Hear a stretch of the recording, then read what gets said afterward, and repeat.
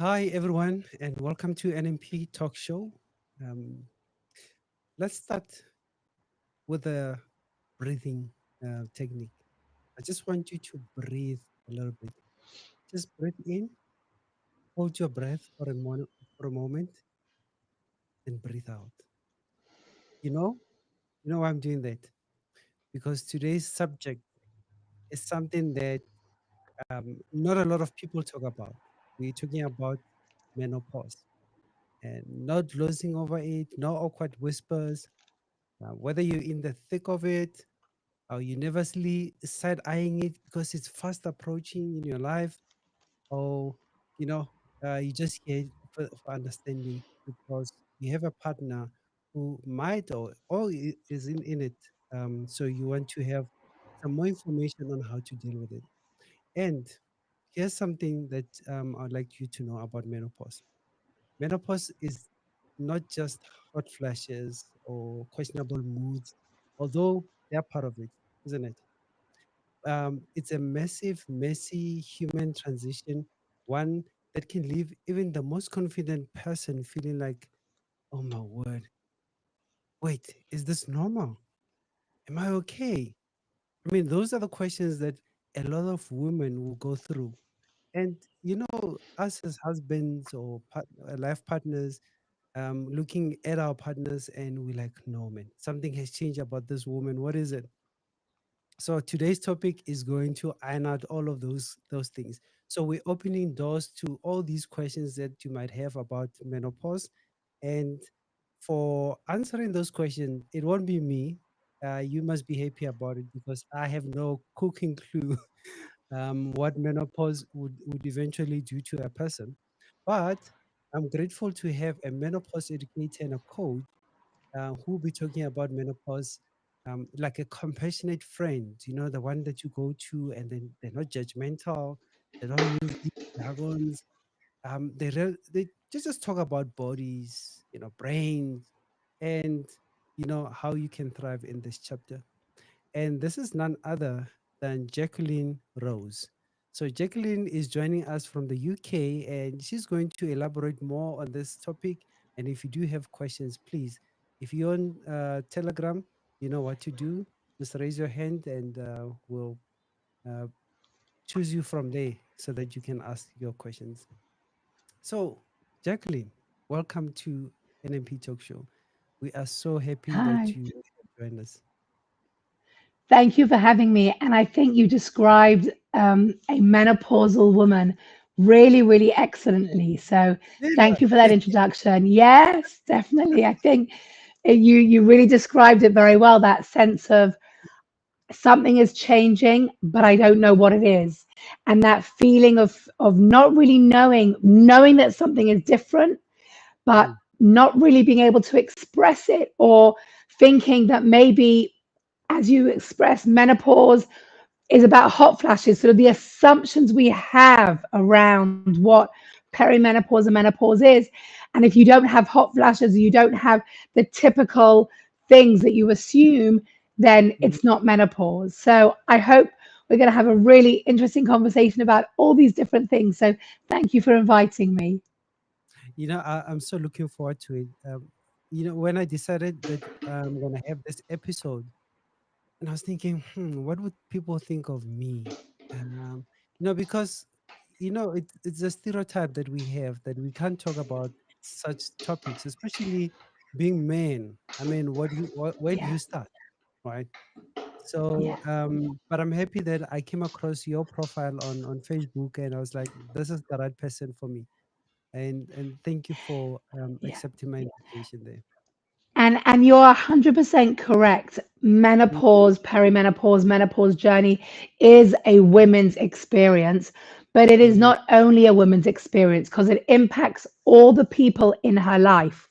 yeah. So if she has a male partner, brothers, children, colleagues, friends, it's going to impact everyone, especially if she doesn't know herself what she is going through, because she'll be experiencing all these changes.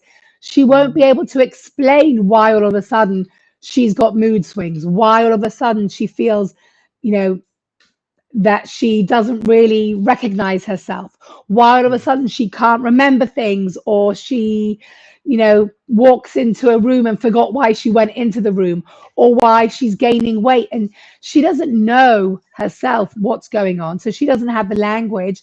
She doesn't have the language to explain that to her the males in her life. And then it just creates a lot of confusion, discomfort, and a lot of potential problems in relationships also. So I really think it's amazing that you are bringing this conversation to your audience, especially because you are male and not scared to have this conversation. So I think it's wonderful. Awesome. All right, let's jump into it then. Yes. There's a lot of misconception when it comes to this topic about menopause. How would you reframe it, in your own Okay. understanding and the way that we can both understand? So let's start with some basic definitions. And I think the definitions are really important because we need to be using correct language and we need to Mm. know what we're talking about.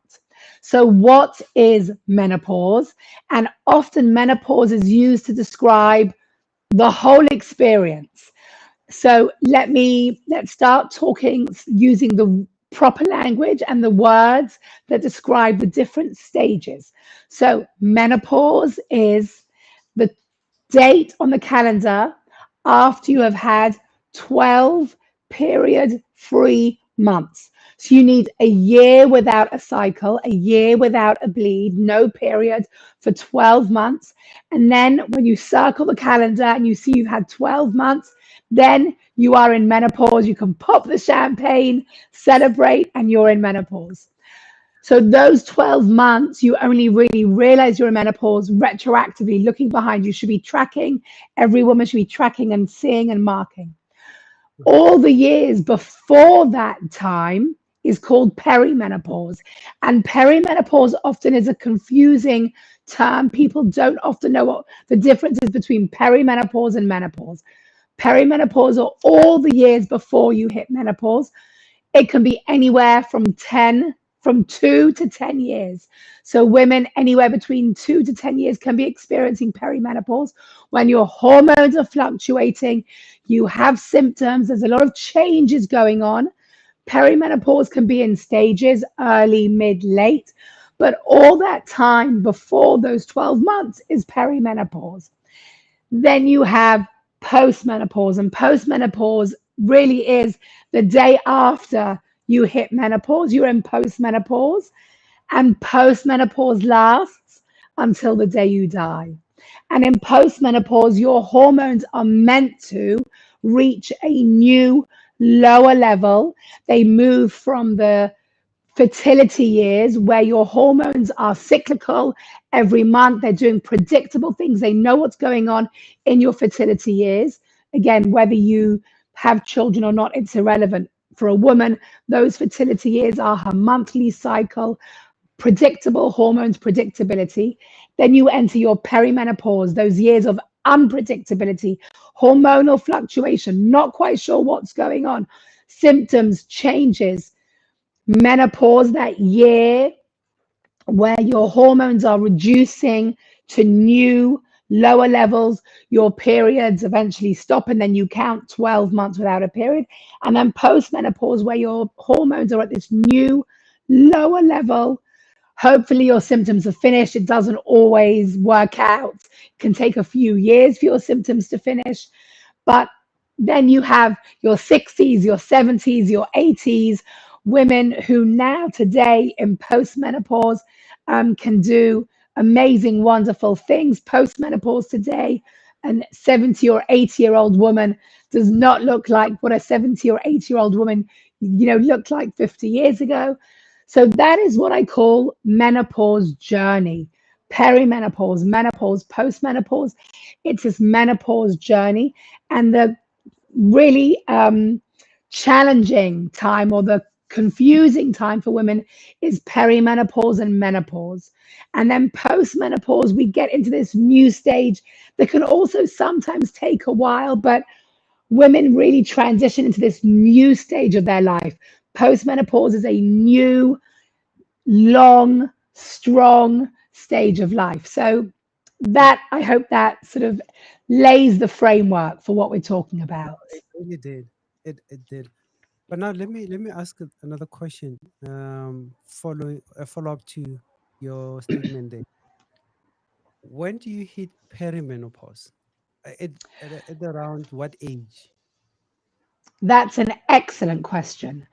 Mm. So the average age for menopause is 51, and it changes from country to country, but the average age for menopause is 51, which means a woman will have that sort of date on the calendar at around 51. Remember, I said perimenopause can be anywhere from 2 to 10 years before that. And it really depends on the woman. But let's say the average age of menopause is 51. That means a woman can be entering perimenopause in her early 40s.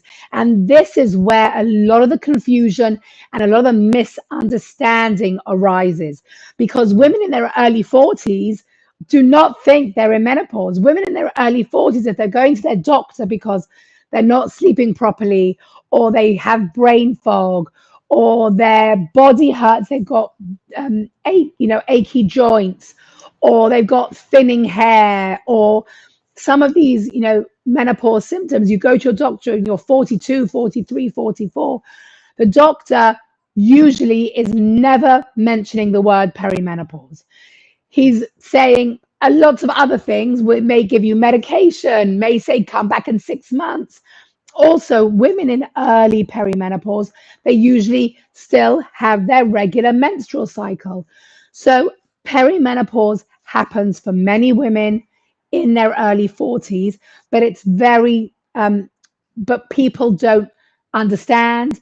Doctors don't ever support women at this stage. Women themselves don't really understand what's going on. There's a lot of confusion, but perimenopause can start in your early 40s. And once women understand this, then they can start paying attention, and then they can start noticing the changes, and then they can start using the right language and say, I can understand what's going on in my body because I'm in perimenopause. And it Mm. helps them to start putting the pieces of the puzzle together about what's going on in their body. Hmm. Very interesting facts there. So how does a woman or even their partner are able to pinpoint that, you know what, I think you have hit perimenopause or you hitting menopause? What are the signs there? I know we're talking about hot flashes, Yeah. stuff like that, but the lesser known ones, what are those ones? Yeah, so that's a really good question. And I think Mm. that's really important to talk about, because there are about 5 symptoms. I don't like the word symptoms, but there are about 5 experiences that women assume are going to happen to them. They assume there's going to be hot flushes and night sweats. There's an assumption there's going to be brain fog. There's an assumption there's going to be weight gain, um, low libido, um, low energy. Those are sort of classic things. Insomnia, sleep changes. Those are classic things. Changing periods, changing menstrual cycle. So women think if they've got that, then they can identify they're in perimenopause, or going into menopause. But there are so many other ways that perimenopause can show up. I group the symptoms into 3 categories: physical changes. So it's the achy joints, it's the thinning hair, dry eyes, itchy skin, changes in oral hygiene, changes in body odor, lots of different things that can happen to a woman, unexpected things, physical changes. Then you have the second one is emotional changes: anxiety, increased anxiety, depression, um, mood swings, lack of patience, low energy and motivation, not wanting to do things that you used to want to do. A lot of the emotional changes. Some women start having like driving anxiety, things that they never used to have before, anxiety or feeling stressed about things that never used to bother them. So there's a lot of emotional things that happen. So that's the second group. And the third one is cognitive, brain function, things like brain fog, short term memory loss, reading a book and getting to the end of the page and not remembering what you read, sitting in a business meeting and you're not really following what's going on, or you can't remember your colleague's name. This happens to so many women, especially professional women who are in the workplace. They could be sitting in meetings and all of a sudden they have a hot flash, or all of a sudden they've lost the flow of the meeting, or they can't remember the name of someone, or they can't get through their to-do list. Everything feels harder. Their brain function isn't as sharp. So those are the three main categories. And then there are other things that are really difficult to pinpoint, which I think we used to call 30 years ago, a midlife crisis. But things like, what do I want to do when I grow up? A lot of things like, if women have children, they're now maybe empty nesters and they're changing identity, maybe with weight gain or changing body. It's like, I don't feel like myself anymore. Something has changed. Something is different. I don't want to do the things I used to do. I don't want to be, for example, if you've got kids, I don't want to, drive carpool anymore, or certain things, the way you used to do things, the way you used to show up, expectations that you just turn around and say, I don't want to do this anymore. So there are some clear, familiar symptoms. And then there are other things that we don't really associate with perimenopause and menopause, but are very, very related to this journey, this starting from their hormones, starting from a woman's hormones, but it goes much deeper than just your hormones. It's a whole identity journey from being who you are in your reproductive years and your fertility years, who you were when you were 40, to who you are becoming now as you transition and move into this new postmenopausal woman. Sure. I wish all the men would be listening to this topic, to this show. And I'm Yeah, hoping they can also catch up with the recording, because it answers a lot of questions that I personally have, about perimenopause, yeah, having a wife, obviously. So a lot of strain in marriages or in relationships, they come from misunderstanding. yeah. And a misunderstanding sometimes is initiated by a change of pattern, and we don't know why things have changed. Why are you Yeah. starting to do this? Why are you talking to me like that? Why are you not patient with me? But just the way you explained it, I mean, thank you so much. I really appreciate it. On There behalf are of me. also some other things. There are also some other things that are happening that put an extra strain on the relationship between a woman and her male partner. Mm, Things like low libido. She mm, doesn't want to be intimate in the same way that maybe she used to. For some mm, women, their libido increases. She wants to have more intimacy, and her mm, husband is tired. He works. Maybe you have kids, so that also can add an extra strain. Also, for some women, intimacy becomes much more unpleasant. Vaginal dryness is a symptom. It's a very common symptom. With vaginal dryness comes more painful intimacy. So if you have low libido, painful intimacy, the woman's body is changing. Maybe she's put on a bit of weight. She doesn't feel so comfortable in her body anymore. Maybe now also the woman, as part of her perimenopause, she, as you said, more mood swings, less patient. She doesn't really enjoy the things she used to enjoy. And so many women say that I love my husband. I just don't want to be with him the same way. I don't want to be with him so much. Like, I love him, but I want him just to leave me alone. All of that can put a real strain on a relationship if you don't know why this is going on.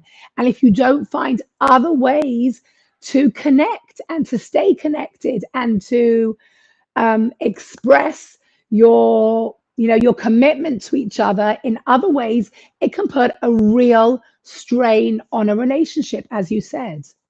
Hmm, interesting. Let's let's talk about treatments.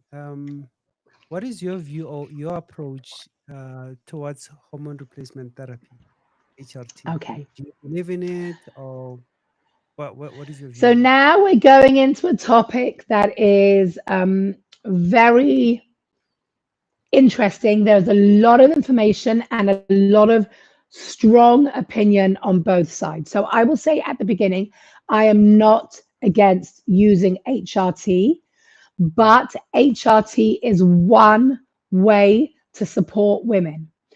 What is happening, especially in the United Kingdom, but it's happening in other places also, is HRT, hormone replacement therapy, or what they're now calling menopausal hormonal therapy or hormonal therapy, has been promoted as the best way, the gold standard for treating menopausal, perimenopausal symptoms. I mm, believe it is one way and not the only way. One thing I do want to say is there was a lot of talk back in, from 2002 when the Women's Health Institute research came out that HRT increased your risk of cancer. I will say that the research today shows that hormone replacement therapy has no extra cancer risk unless you are already in a high risk category. So if you are a woman not in a high risk category, there is no real increased cancer risk for using HRT. However, why do I say it's one form of treatment? Because there are other things that can impact and exacerbate your hormonal fluctuations and your symptoms. Things like stress, things like nutrition, what you eat, when you eat, how you eat, things like not sleeping enough, things like the type of movement you do or don't do. All these things can impact what we call sort of lifestyle factors can impact your hormones. So let me give you an example. Let's say you are in a really stressful job and you have a partner and you have kids, and maybe because now you're a woman in your late 40s, early 50s, maybe you've got aging parents and you have all these things going on in your life. And maybe also you have some financial problems, or you have a really stressful job, or a boss that is really demanding. You have a lot of stress in your life. We know stress is a significant factor for hormonal imbalance and a significant contributor to symptoms. But so let's say you've got lots of different symptoms. You go to your doctor and she said, yes, sure, take your HRT patch, take your HRT and you'll be fine. But you still have this consistent thing going on in your body. 1 minute. Sorry. You still have this high stress factor in your life, but it's all fine because you put your HRT patch on. In my opinion, in my approach, it's like pouring water into a bucket with a hole in it. You'll be getting your HRT, you'll be getting your extra estrogen or whatever hormones you're taking, and that's great. But you still have these things, these lifestyle factors, stress, the food you're eating, your lack of sleep, your not moving in the right way to support your body, your lack of self-care, your lack of really supporting your hormones in all other ways, that keeps pulling your hormones into imbalance. And so the fact that you keep having this estrogen pumping into your body may not be the best thing. That may not be the thing that you actually need to help treat your symptoms. There may be other things you can do that can help to support you, either without HRT or maybe with a, lower dose or a different type. So I'm not against HRT, but we really have to look at what is going on with you, your situation, your personal symptoms, your personal health history, what went on in your body the last 20 years, 25 years. Did you have fertility treatment? Did you have any other health conditions? Are you on, for example, thyroid medication for the last 20 years? All of these things will contribute to understanding what is going on in your body, why you are experiencing symptoms. Maybe we can support you in other ways before we even think about HRT. And maybe HRT can help you, but maybe it only help you treat some symptoms, maybe only your hot flashes. Maybe it's not going to treat everything you're experiencing. So it has to be a nuanced, personal conversation. And I think that we need to think about it, but it shouldn't be an automatic take HRT and everything will be fine. Wow, that's a mouthful there. And you touch on thyroid. If you've been taking thyroid medication, I know at a point when you take thyroid medication, either you were hypo or hyper um, thyroidic. Yeah. So how does that clashes with HRT patches, the use of it or the dosage that you need to have? Okay. So we're getting a little bit into the biology of women's health and people in general, but thyroid function Mm. is impacted. Firstly, the thyroid is a very important gland. The gland Yeah. sits over here, and it's basically the master gland. It manages, it's like the engine in your body. It manages a lot of different things going on, regulation and metabolism and growth and all different things. It's sort of like the master engine in your body. We have to understand why your thyroid is not functioning properly. Why do you either have hypo or hyper? Why do you have an active or an inactive thyroid? What is going on? And again, doctors will often look at the numbers and say, oh, you've got an overactive thyroid and an underactive thyroid, take medication and you'll be fine. In my approach, it's a functional medicine approach. I always want to be asking the question, why? What is going on in your body? Why do you have these symptoms? Why does your blood work show this is happening? What is going on in your body? What is the reason for this? Not just treating the symptoms. So with thyroid, we want to understand, why is your thyroid overactive or underactive? And very often, guess what? It is stress related. Stress impacts thyroid greatly. And also estrogen. Estrogen, which is one of the key reproductive hormones for women. Estrogen we call a master hormone. It is a hormone that does lots and lots of things in our body, not only managing our reproductive system. So we've got the master organ, the master gland in our body that does lots and lots of things. We have estrogen, which is the master hormone that does lots and lots of things. And we have stress that impacts both of them. So as we're entering perimenopause, when our hormones start fluctuating, when estrogen starts going up one day, down one day, it's like on this roller coaster ride, everything becomes a little bit out of balance.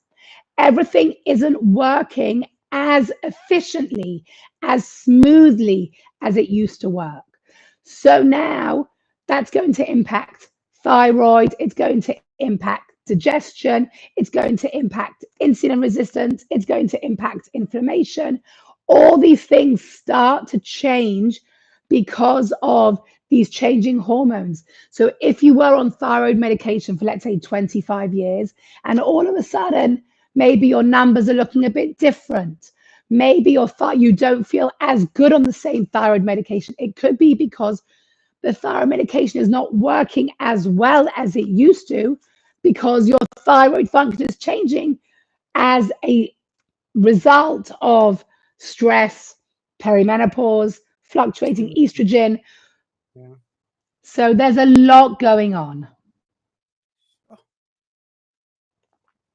the human body is, yeah, it's complicated. I must say. All that you explained, yeah, it's just complicated. Yeah, And we, complicated and all connected.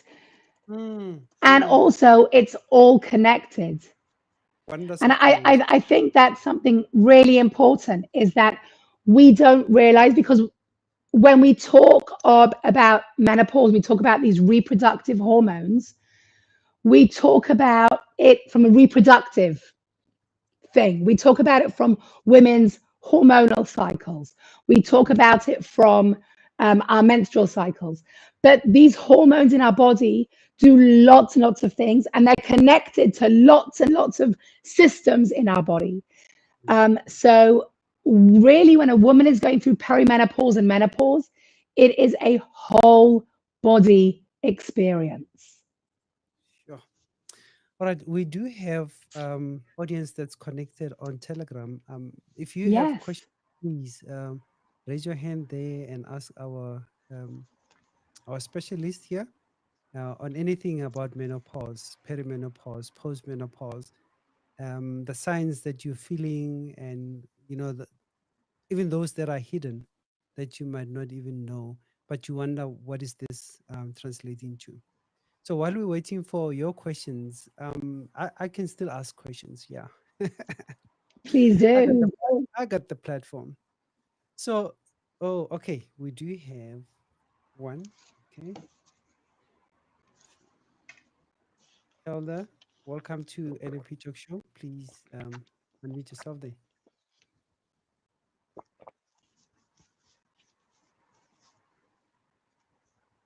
You can unmute yourself, Hilda.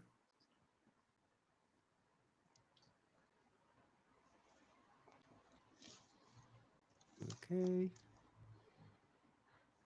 Right. While we're waiting for you to unmute yourself, Hilda, let me ask this question to our guest, Jacqueline. You touched on the diet. You also touched on the Yes. stress that we encounter on a daily basis. So, according to you, what could help, somebody who's menopausal? Okay. Mm, So, firstly, I haven't spoken so much about diet, and I think there are some really easy things that women can do in the mm, diet, in the food area. So maybe let's talk about that, because that's the area that most women are interested in. yeah. The first thing that we want to do to support our bodies, support our wellness, and also help us treat our symptoms, we want to increase certain foods and reduce other food. Mm, The food we want to increase, we want to have lots of protein, lots of healthy fats like avocados, coconut oil, nuts, and seeds. We want to have lots of vegetables, all the different types of vegetables, fiber. Nuts and seeds are also really important. So we've got protein, good high fats, um, vegetables, fiber, nuts, and seeds. And we really want to eat as much of that as we want. Dairy, eggs is also really good. And also some good herbs and spices we want to add in there that are really good. Chia seeds, flax seeds. Those are the things we want to really make sure we eat as much as possible. The things we want to eat less of is sugar. Sugar is really poison, and it is the thing that triggers many, many symptoms. So, sugar as much as possible to reduce our sugar. mm, Carbohydrates, as much as possible, carbohydrates we want to eat as little as possible. Potatoes, rice, crackers, all the carbohydrates. And grains, we want to reduce gluten. grains and gluten products. So wheat, flour, all those grains and all those types of things. So as much as possible to reduce the sugar, the carbs, and the gluten and the grains. Those are trigger foods. It supports inflammation. It supports an insulin spike. It makes us more insulin resistant, and it really triggers a lot of symptoms. Things that we need to think about are alcohol, caffeine, dairy. For some people, dairy is not great. Beans and pulses for some people. For some women, they find beans and pulses are fine for them. For others, it's triggering. Digestive symptoms. We haven't talked about digestive symptoms. Bloating, feeling more gassy, feeling cramps in your stomach, a lot of digestive problems, constipation. These are things that can happen in perimenopause and menopause that women don't even realize are associated to the foods they are eating. So food is a really easy way to support ourselves, to reduce our symptoms. And there are certain things that we can do that are really easy to help support us. Like, for example, having cinnamon, turmeric, curcum, apple cider vinegar. These are 4 things that we can easily add to our diet that are really good for balancing our hormones and supporting our digestive system. That sounds like a diet for a diabetic. It's it's based on an anti-inflammatory Yeah, approach. It's based yeah. on reducing the trigger foods Mm, and really helping you support the foods that are really good energy. Also, remember we talked about brain fog and how the woman's cognitive function changes. We want to make sure that we are eating lots of protein and lots of healthy fat. Those 2 things are really good to support our brain. awesome. Um, the next question, you actually touched on it, um, but I just want to ask it so that we're very clear on it. This is regard mental health link.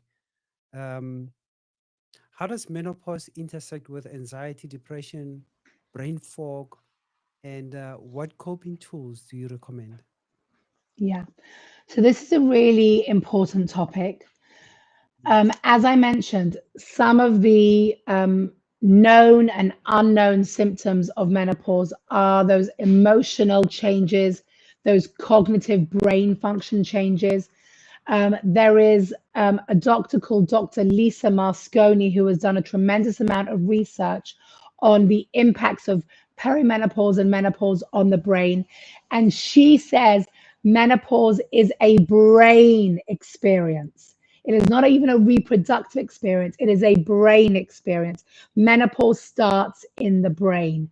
So we know that mental health is impacted by our changing hormones, by our hormonal fluctuation.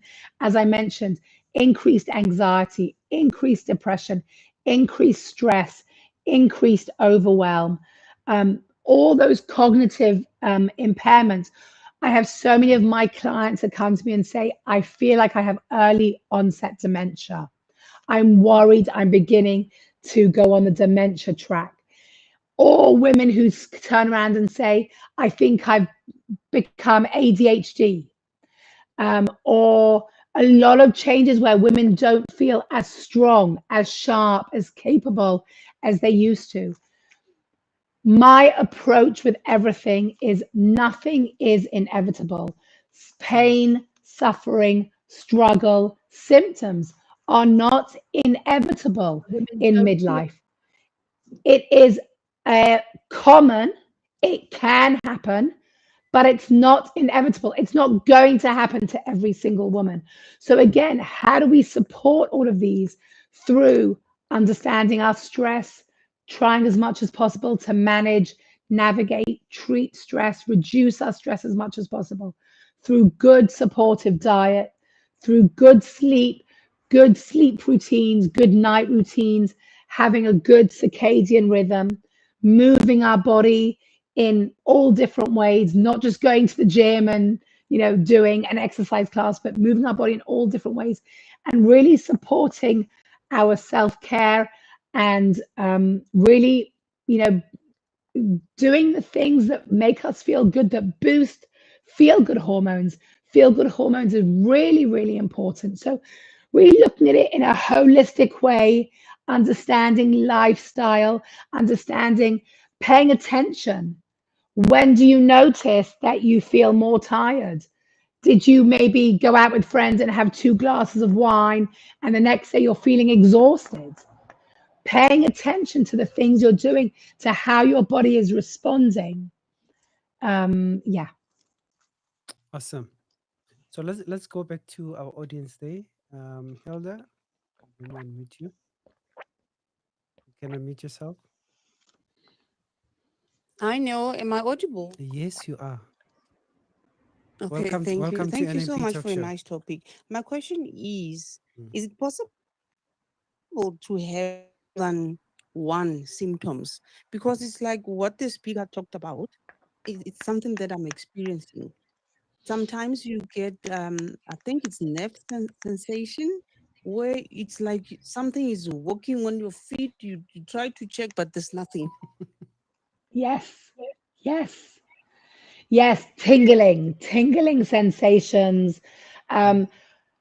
I always say to my clients, if it's sort of things that you don't think are related to menopause, always make sure you get it checked out. I'm not a doctor. I don't pretend to be a doctor. I want to make sure that there is nothing seriously wrong with you. 9 times out of 10, you'll do blood work, you'll have tests, everything will come back normal, but you still don't feel normal. You feel that something is different. And that we then say, yeah, it's part of your perimenopause, menopause experience. There are so many different ways that menopause can show up for you. So, yeah, the tingling sensations, the burning sensations, the like electric shock sometimes women experience, all of those are because that is how perimenopause is showing up in your body. Hmm. Hilda, is your question answered? Yes, now, thank you. All right. And another question, Mhm. being irritable. It's something that I see. I'm experiencing it very often. And Yes. naturally, I'm very compassionate with people, but nowadays it's like I don't care, and I'll tell you straight right there without shame. I won't even feel Yes. bad about it. Yeah, that sounds so common for perimenopause and menopause. And it's part of you transitioning to become the postmenopausal woman. And I think we need to understand what the postmenopausal woman is. She is strong, she is confident, she is wise, she's not scared to say what she thinks or feels. She doesn't take any rubbish from anyone. She is willing to stand up for what she believes in. That is the postmenopausal woman who has lived life, and this menopause journey is taking you to become that woman. So, yeah, everything you're describing is very, very common. Wow. Things I didn't Thank you. know. Thank you so much. Thank you. Thank you, Hilda. Right. So, Jacqueline, what Yes. support can I give to my wife, give to my sister, my mom, Yeah. so that they are able to cope with these changes that they're going through. They're perimenopause, or they're already in menopause or post even. So, what Yeah. advice can you give them in that I regard? think that's a really great question. I think for men who have women in their lives going through this, the first thing is to open up the conversation, Hmm. to let them know that you understand that they may themselves not even know. They themselves may not even have the language. They themselves may not even be 100% sure what's going on. So you want to say, you know, I think you're in perimenopause. I think maybe you're in menopause. Maybe let's read about it. Maybe let's listen to some podcasts. Maybe let's go and speak to your doctor. Let's understand this together. Let's understand what you're going through so that I can understand and support you. I Mm, think the first thing is really having the language, having the awareness, having the understanding, and then also knowing there is what to do about it. And this is a stage of life that will pass. This is not going to be, this is not your wife for the remainder of her life, but she needs to learn how to navigate it. She needs to learn what to do, how to navigate it, how to support herself, how to support her health and well-being in this way.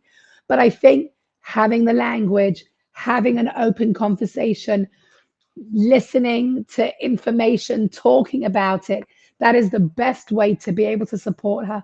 And if she says, today, if you see, I'm like, she just doesn't feel and look like herself.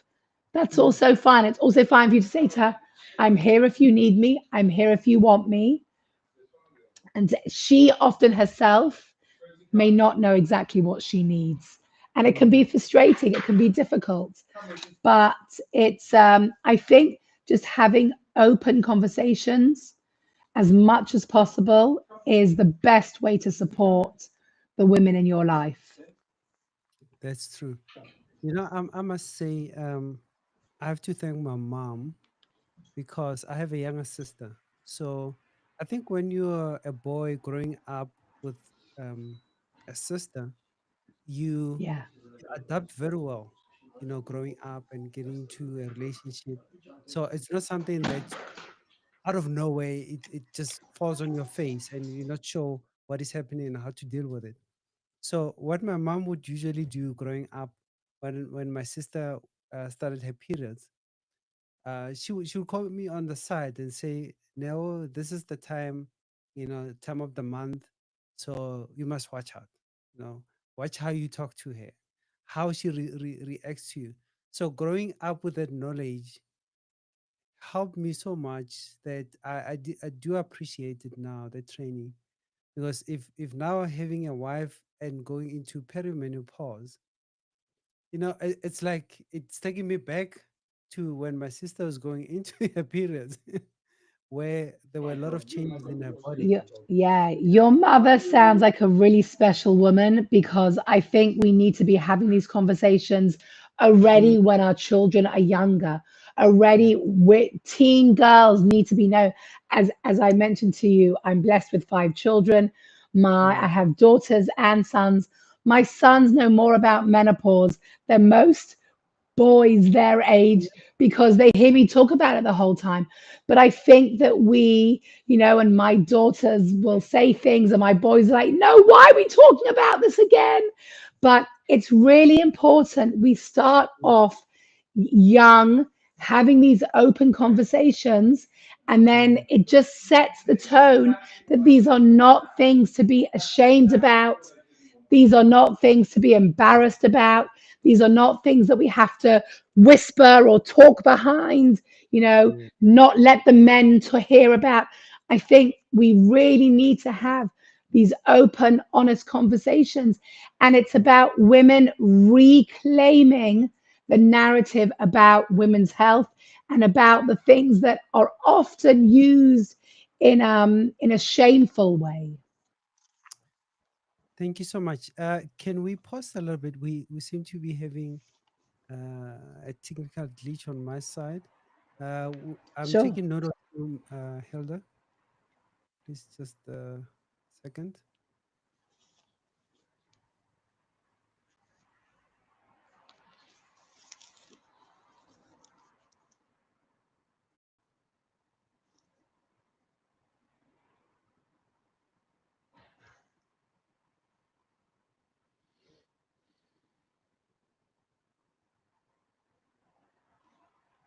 Can you see me now, Jacqueline? Yes, yes, yes, yes, Oh, yes, yes. okay. Yeah, just something stopped on my side there. Okay. So yeah, let's take another comment from Hilda. All right, Hilda, go for it. Thank you. It's actually a question there. Yeah. The depression medication, can they exacerbate the perimenopause stage? And then second question, tripping. Sometimes I'll be walking in the house and tripping, it comes just so sudden. Yeah. Something that I never had before. Yeah, Could yeah, that tripping be part of that perimenopause? yeah. Yeah. So So wait, Neo, Neo, just just let me clear an an echo. echo, Bothering you. bothering you. Oh, you get echo. Let's hold.